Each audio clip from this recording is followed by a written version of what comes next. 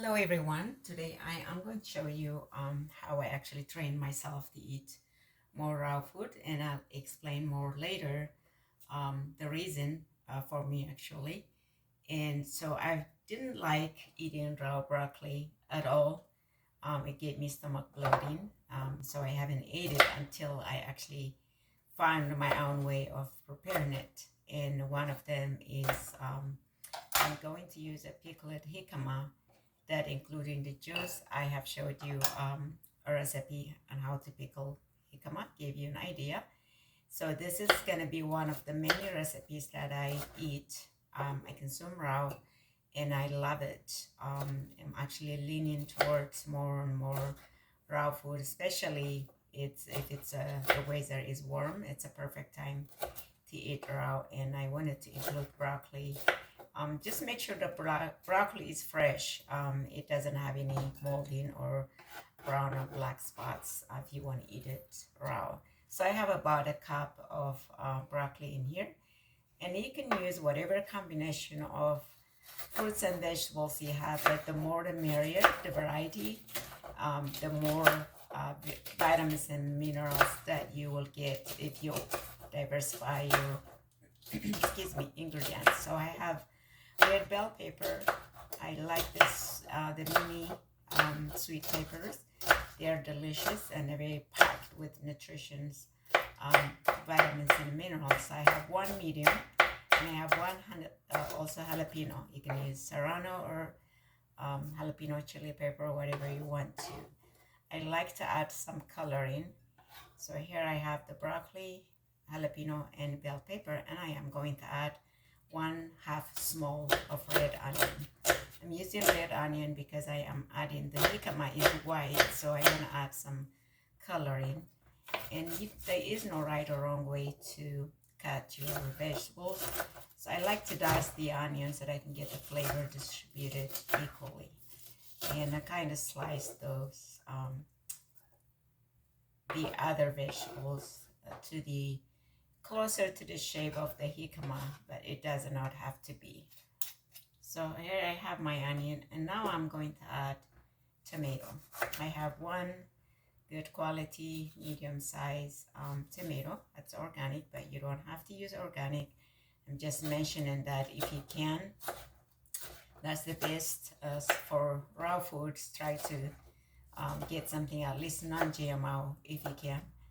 I know they are a little pricey, but quality over quantity. You can eat less good food. You don't have to eat a lot, and it's very satisfying. And you also don't waste food when you pay more for it, and that's what I actually learned to do. I don't waste any food anymore because it costs more money. So here's my tomato, and now I am going to add an apple, and again, use what's available, what's in season. Apple is very convenient, it's always available. And I also have nectarine in here, and I have plum. Sometimes I would use. I think in this case I'm just gonna keep it to apple and nectarine. So cutting them into bite sizes. You can also slice if you want to. So I'm actually gonna do half and half. Half slice it, half dice it. I'm gonna do. So here's my apple, and I'm gonna do more nectarine here. Do the same thing. Gonna slice part of it and dice part of it. It's pretty simple, but then go ahead and use any other fruits and vegetables. Sometimes I would add carrot. Other times I would use lettuce and tomatoes, whatever. Apple, nectarine, pineapple, a kiwi, whichever your favorite happens to be, or whichever is available. There is no right or wrong way. Just make it your way. We're only giving you an idea. When we create recipes, we create them the way we like them. And the whole, excuse me, the reason that I like to post recipes is to give people an idea. It's, you know what they say, give them, instead of giving them a fish, just teach people how to fish. And that's what I like, that idea. We learn so much from others on YouTube, and this is my way of giving back. That that I wanted to people to have options. So it's easy to tell people don't eat this and eat this, but if you don't give them the tools and necessary to make a better choice, then you're not really doing people any favor, because not everybody have access to resources and financial limitations. All of these combinations, cooking can be very intimidating to most people. I love cooking. I came from a very creative mother and grandmother that I was fortunate enough. They have taught me so much about cooking. I enjoy doing it. This is part of my hobby. So here I have apple, nectarine, tomato, red onion, broccoli, and red bell pepper, and jalapeno. So now what I have left is I am going to add some of these pickled jicama that I was introduced to this vegetable. I think it's considered a vegetable maybe about 12 years ago, while I was volunteering to teach cooking class, and I fell in love with it. I love it. So this is the jicama. You can use as much as you want, as little as you want.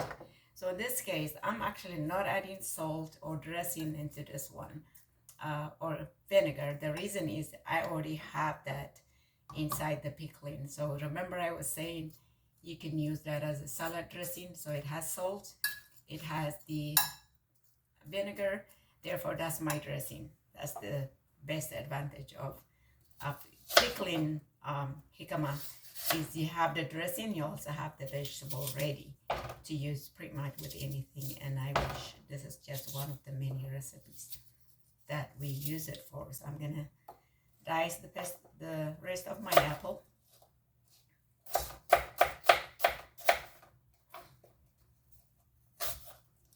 And it goes well just for dinner, for a side dish, party appetizers. You can also take it to work for lunch. They pretty much they last pretty good few days, maybe up to a week if you store them the right way. Glass jars, glass container, that's what I would recommend. They keep the food fresh, and it's also sustainable. So here I am going to add a little bit of salad seasoning, just an extra, you don't have to, but use your favorite one. So I have one here, and I'm adding toasted sesame oil. You can use olive oil or whatever oil salad dressing that you use on your salad. So this is pretty simple. Now you can let this marinate, and that's how I actually like my broccoli. I want to let it sit maybe for overnight, but you don't have to. But I like it when the broccoli gets soaked into the sauce and the dressing, and it's very convenient. It stays crunch, but this is amazing. I can't have you try this, but hopefully make it at home and make it your way and enjoy raw food here and there. The more you do it, the better you will be off, especially if you eat unhealthy, and that's the best way to actually undo the damage. And I will explain that in details that I have learned while I was away from my kitchen for a while. It's very hard to find healthy food when you are used to cooking yourself. Therefore, it was quite challenging. At the same time, I've learned so much in addition to what I already know about healthy eating, how important it is to cook at home. And I can't take that for granted. In fact, I was not feeling well the whole time I was eating something that outside. Even though other people consider it healthy, it was not healthy for me. So I will share that more in details. And this is actually, I managed to undo the damage of eating unhealthy. Even if it's just a few days, it still does so much damage to your body, especially if you're not used to it or if you have already completely removed it. So this is what I am going to do, is I am going to let this marinate, and then I can serve it. It will be good for up to 3 days or longer, but I don't really keep it for that long. So this is pretty easy.